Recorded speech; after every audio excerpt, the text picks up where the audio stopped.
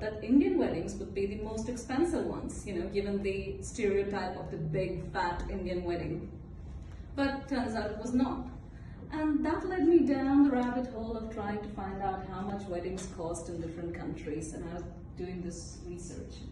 And it turns out that in India, actually, the weddings cost an average of between $15,000 to $22,000, but with the caveat that 20 to 25% of the population will spend more than $45,000 at their wedding.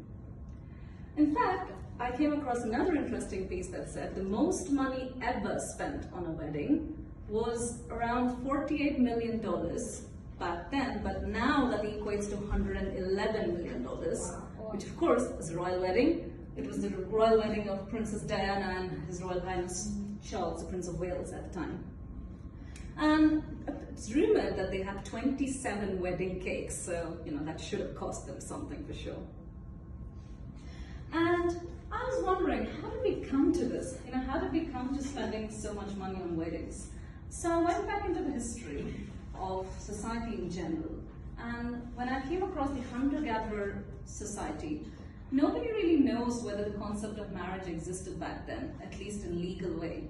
And people think that it was just a society based on mating, which in itself was around 10 to 20 people, a small group.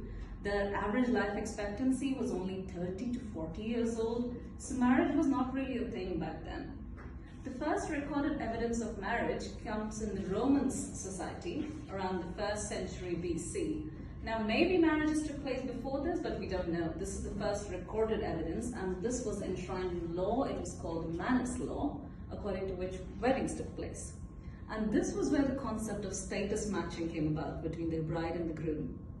So mothers of young girls would encourage the girls to learn domestic chores such as cooking, cleaning, a little bit of education, so that then they could be matched with someone of equal status or higher status, with the goal being a higher status, of course.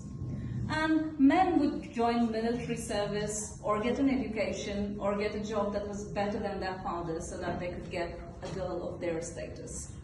And suddenly it became this game of political motivation where you had to spend a lot of money to show a wedding. And back then the weddings consisted of an engagement feast for the bride's and the groom's family, and then the presentation of an iron ring, and a whole bridal procession from the bride's house all the way to the groom's house. So even back then, weddings weren't cheap. And of course, as time grew, it became more and more elaborate.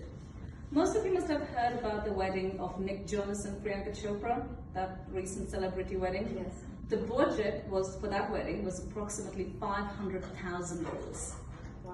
What the journalists did was they contacted the hotel where they conducted the wedding, the Taj Mahal Palace, directly, and asked them how much it would cost. And they said that to block out the entire palace, like they did, it would cost them $90,000 to $1,000 per night.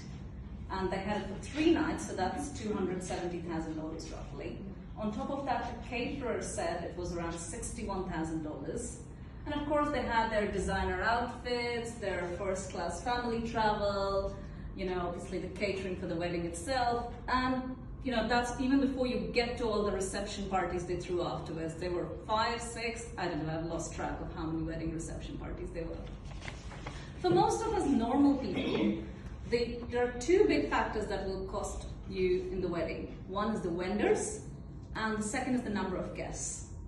And sure, you can get rid of all the vendors and go the DIY approach, but when they conducted a survey, and by they I mean this Wedding Wire agency, who are a wedding planning agency aggregator, they conducted a survey of 20,000 couples across 14 countries. The top vendor they hired on their wedding day was a photographer, except in France, where their top priority was the caterer. Because in French weddings, apparently, there needs to be a decadent dessert display known as croque-tombeau, where you have this tower of pastries filled with cream and chocolate.